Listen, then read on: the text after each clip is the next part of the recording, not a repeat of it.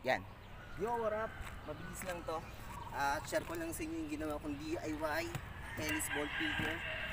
Tingnan mga traps kung gaano kabilis para sa mga tennis instructor, tennis coach, sa mga gusto mag-aral ng tennis, lalo sa mga ball boy. Humingi ako ng pasensya sa inyo sa mga dati kong ball boy na kung bakit ngayon ko naisipan gawin to.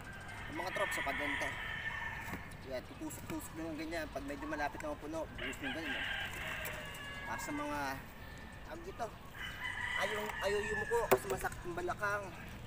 Pag uupong dampot ng ganon, masakit yung tuhod nila. So ganun lang mga trops, ganun magdampot tutusukin lang siya, mabilisan mabilisan lang yan.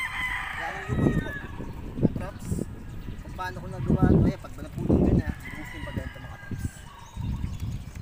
Yan, paano ko nagawa ito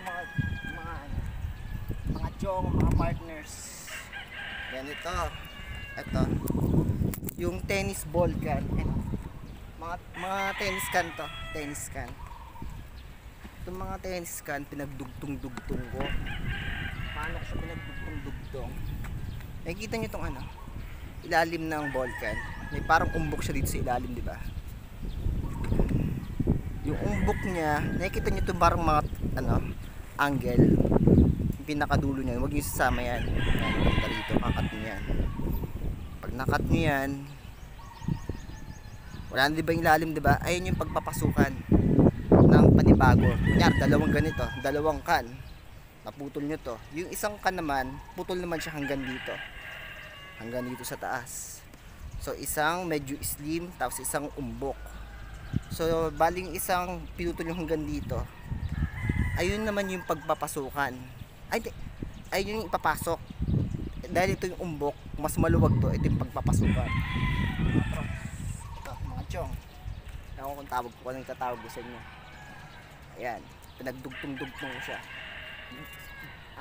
Depende kung prepared nyo kung gaano kataas. Ito, mas mataas tong isa. Mas mataas to. Ito medyo mababa. Pero huwag sana masyadong mataas. Kasi pag masyadong mataas, masisira naman siya. So pag dudugtong-dugtongin niyo siya. So ito yung tanong, kung paano nakukuha yung bola. Ito mga trops, nasa ground siya. Kung paano siya nakukuha, pwede siyang pumasok. Walang yuko-yuko yung mga chong pwede siya pumasok pero hindi siya pwede lumabas. Ito yung pang trap niya sa ilalim. Sharadan. Ayun pa rin, yung pa rin niya, yung takip pa rin ng ball can. Hiniwa-hiwa ko siya. Ganito.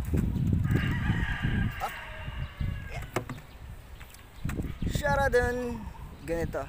Una, hiwain nyo muna ng pa-cross. Hiwain nyo muna pa-cross. Pag ganito. Sharadan. Sabay pa-cross. Cross na yan, diba? Pa-cross. Pagkatapos ng pa-cross, pagilid naman. Pag ganito. Sabay pag ganito.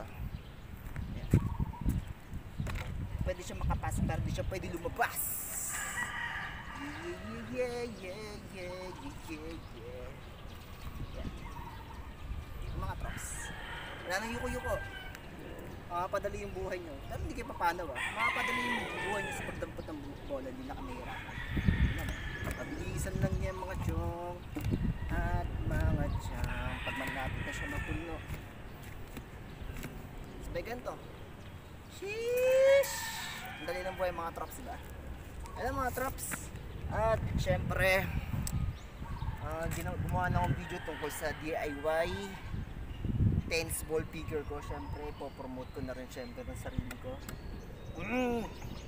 Tawag ito mga trops, nagtuturo ako ng tennis sa mga gusto mag-tennis. Hindi kayo may kakilala ko yung gusto mag-tennis, gusto nyo yung bagong pagkakaabalahan, bagong hobby. Syempre hindi ba porket nag-tennis kayo magkukumpit kayo, di ba mga trops?